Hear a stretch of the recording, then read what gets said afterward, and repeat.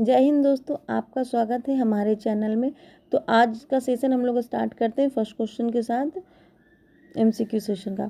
तो first question हमारा है, which of the following does not come under the legislative control over the administration. कौन legislative control administration के अंदर नहीं माना जाता है? 0 आवर को, एडजर्नमेंट मोशन को, या बजट सेशन को, या इंट्रोड्यूशन ऑफ द बिल को। तो कौन सा नहीं माना था? ऑप्शन ए होगा, 0 आवर को नहीं माना था। ठीक है, कब से कब तक का टाइम होता है? तो 12 से 1 बजे के बीच में लंच आवर जो होता है।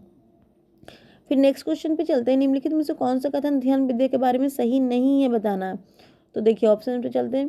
पहला, धन विधेयक संसद के दोनों सदनों में प्रस्तावित किया जा सकता है।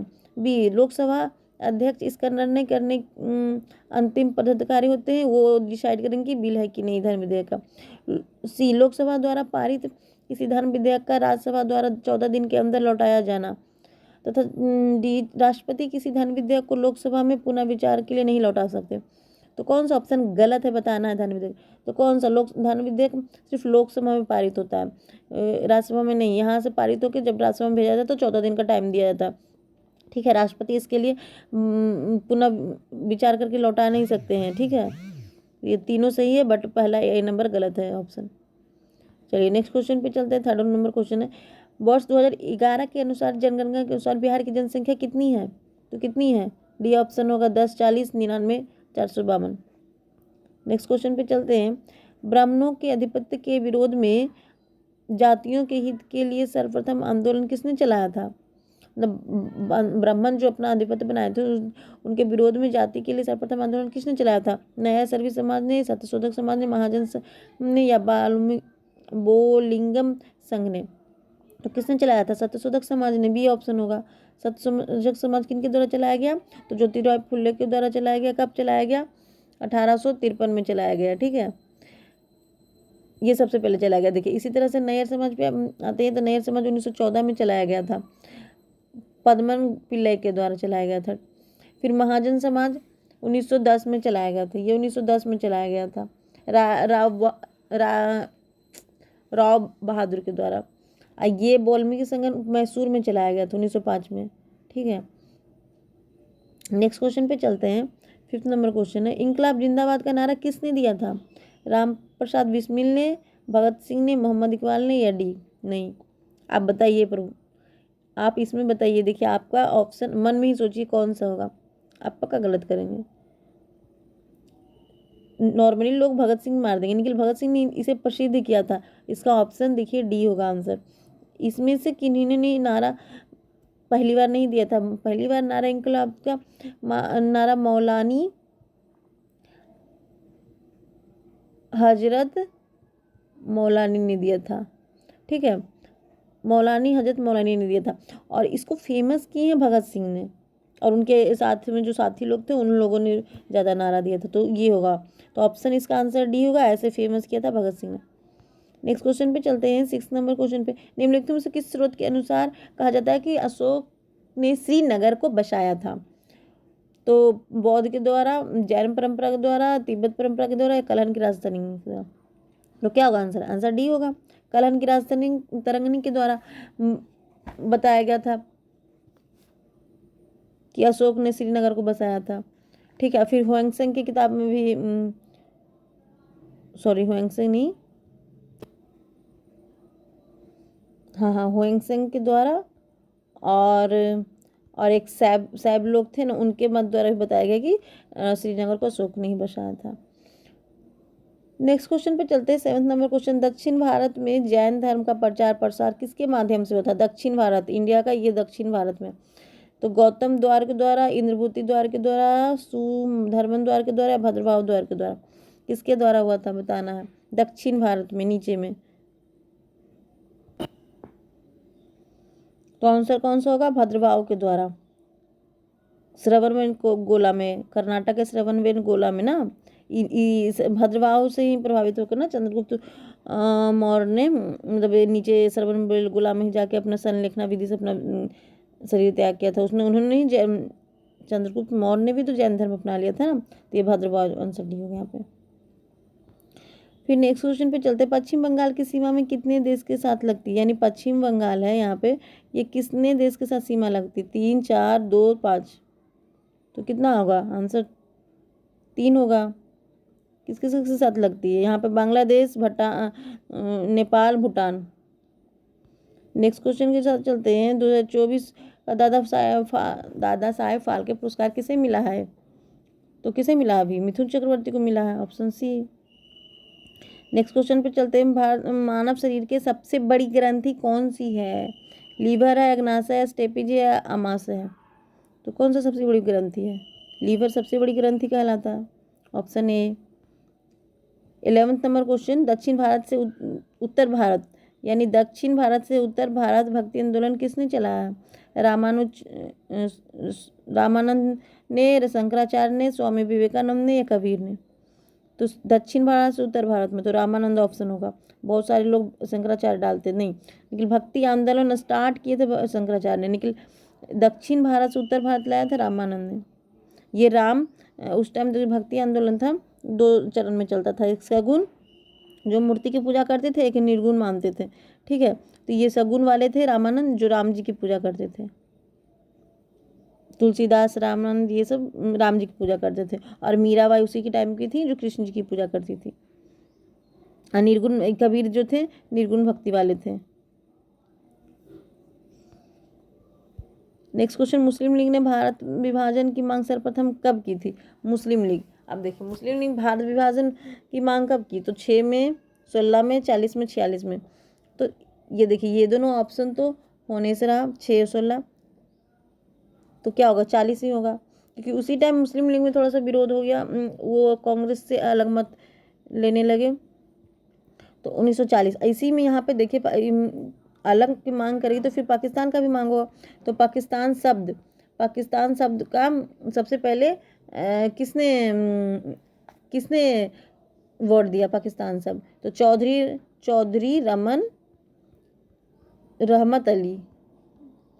रहमत अली। ठीक, और जो ये मिनट, हाँ, इसमें से इसी में तो 2 नेशन थ्योरी किसने लाया? मतलब कि 2 नेशन होना चाहिए थ्योरी।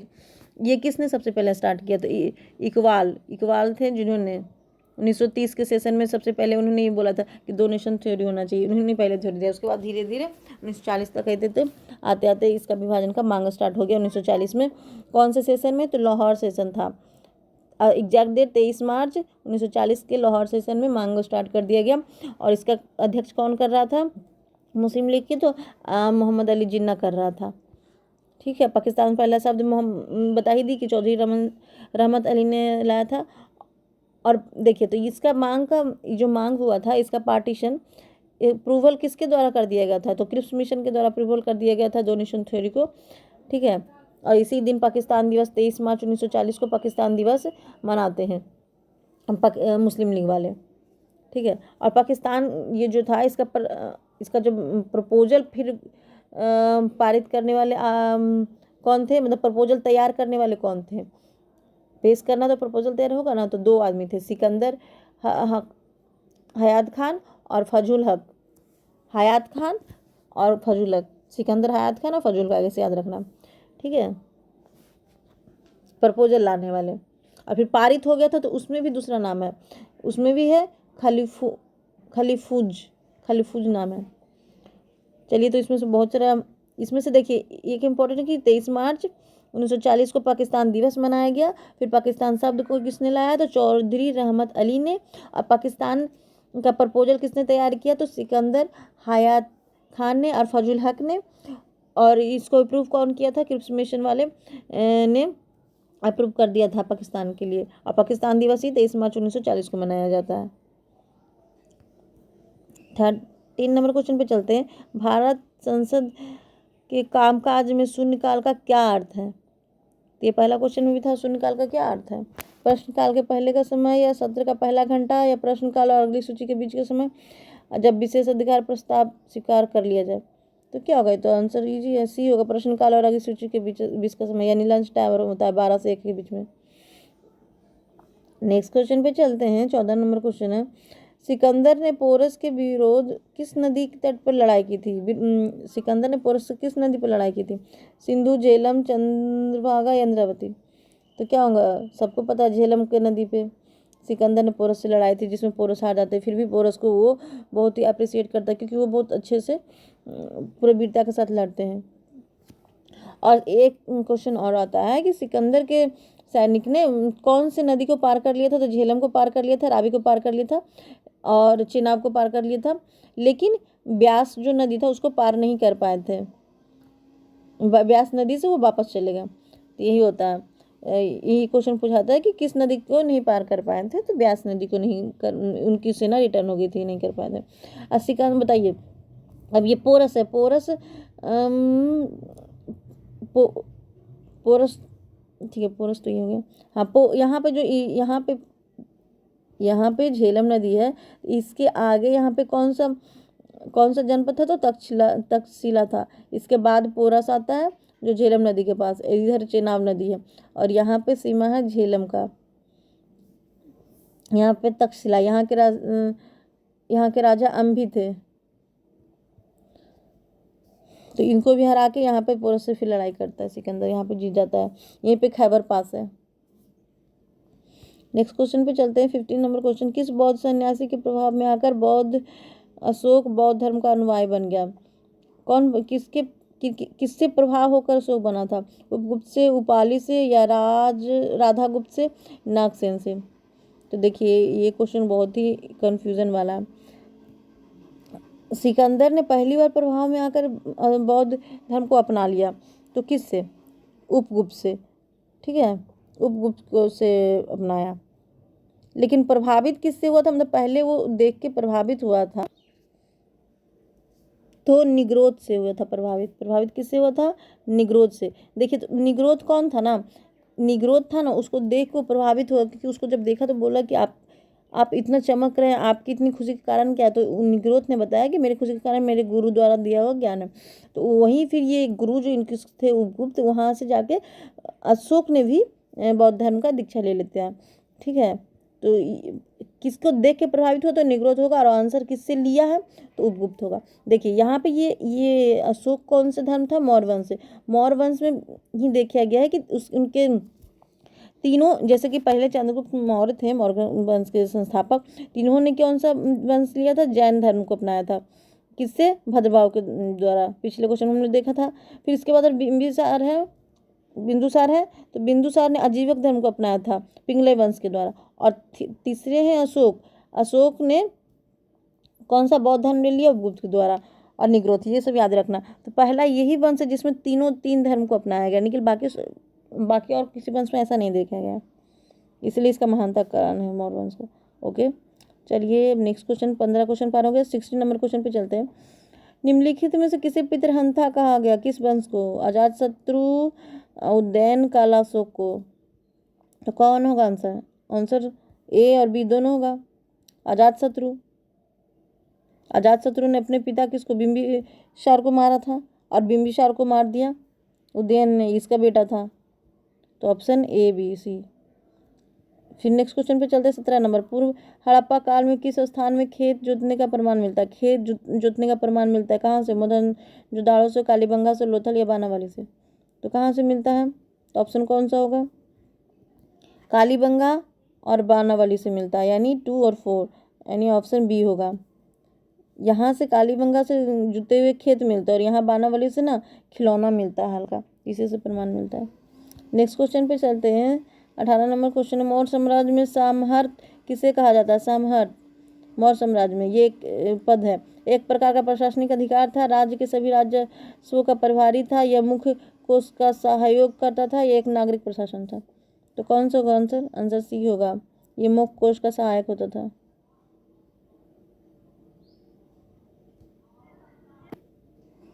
सॉरी, आंसर मुख्य कोष का नहीं, राजस्व का अधिकारी प्रभारी होता था। कोष का नहीं, राजस्व का होता था, रेवेन्यू ऑफिसर होता था। 19 नंबर क्वेश्चन पे आते हैं। बुद्ध का सर्वप्रथम वर्णन किस रूप में किया जाता है? अनिश्वरवादी, ईश्वरवादी, भौतिकवादी, यज्ञवादी? तो बुद्ध ने किस रूप में किया था? अनिश्वरवादी। ऑप्शन ए होगा, अनिश्वरवादी। नेक्स्ट क्वेश्चन पे चलते हैं। प्रसिद्ध इलाहाबाद प्रस्तुति अभिलेख किसने लिखा था, मतलब कालिदास ने, शूद्रक ने, हरिसेन या रवि कीर्ति ने। ये तो इजी है। प्रयाग प्रसिद्धि का अभिलेख किसने लिखा था? तो हरिसेन ने।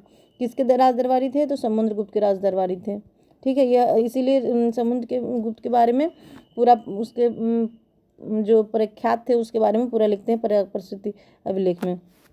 इसी से रिलेटेड एक कुछ और क्वेश्चन, प्राचीन सांख्य दर्शन जो था वो किसने लिखा था? प्राचीन जो सांख्य दर्शन था वो किसने लिखा था? तो कपिल ने लिखा था, क्योंकि दर्शन से पूछता है ना। और पूर्ण मीमांसा दर्शन जैमिनी ने। चलिए नेक्स्ट क्वेश्चन पे चलते। 20 क्वेश्चन हो गया हमारा। 21वां क्वेश्चन है, प्राचीन सांख्य दर्शन किसके महत्वपूर्ण योगदान से आया है? यही क्वेश्चन मैंने बताया, किसके योगदान से आया? तो कपिल के, ऑप्शन ए होगा। नेक्स्ट क्वेश्चन पे चलते हैं। 22 नंबर, काकोरी केस के अभियुक्ता के बचाव हेतु किस अध्यक्ष ने एक समिति का गठन किया था? तो option A Narayan Dev, B Govind Pant, Govind Vallabh Pant, C Chandra Bhanugupta या डी मोतीलाल नेहरू। तो किसने अभियुक्ता में मतलब बचाव हेतु अध्यक्ष की थी? ये बताना। काकोरी ट्रेन एक्शन कब हुआ था? तो 9 अगस्त 1925 को हुआ था। तो इसका आंसर क्या होगा? गोविंद पंत पल्लव। नेक्स्ट क्वेश्चन पे चलते हैं। 23 नंबर, निम्नलिखित में किस महिला ने क्रांतिकारी ने दक्षिण समारोह में अपनी उपाधि ग्रहण करते समय अंग्रेजी गवर्नर पर गोली चला दी थी? कौन से महिला ने? शांति घोष ने, सुनीता चौधरी, बीना दास या कल्पना दत्ता। तो कौन सा ऑप्शन होगा? ऑप्शन सी होगा, बीना दत्ता ने। इन्होंने ही गोली चला दी थी। किस किस किस पे चलाई थी? कौन से गवर्नर जनरल पे? तो स्टेनल जैक्सन पे। जैक्सन पे एक्शन कर दी थी, ये से याद रखना है, जैक्सन पे। ठीक है, कहाँ पे चलाई थी? तो कलकत्ता में, कलकत्ता यूनिवर्सिटी में। 13 number question. 14 number, 24 number question है, अमेरिका में होम रूल किसने स्टार्ट किया था? होम रूल बताना। एनी बेसेंट, बाल गंगाधर तिलक या लाला लाजपत राय या श्यामजी कृष्ण बर्मन। इसमें गलती मत करिएगा, ऑप्शन इसमें श्यामजी कृष्ण बर्मन नहीं, लाला लाजपत राय होगा, ऑप्शन सी होगा। ठीक है, श्यामजी कृष्ण बर्मन ने लंदन में चलाए थे इंडियन होम रूल। और कब चलाए थे? 1905 में। और ये लाला लाजपत राय होम रूल 1916 में चला रहा है। ठीक है, ये चीज़ याद रखना, बहुत गलत हो रहा है। 25 नंबर क्वेश्चन, सोमेश्वर की पहाड़ी से निकलने वाली नदी कौन सी है? बताइए। बूढ़ी गंडक, कोसी, कमला या बागमती। तो इजी है, बूढ़ी गंडक होगा। सोमेश्वर से निकलने वाली बूढ़ी गंडक है। और कहाँ से मेन निकल रहा? तो विश्रामपुर के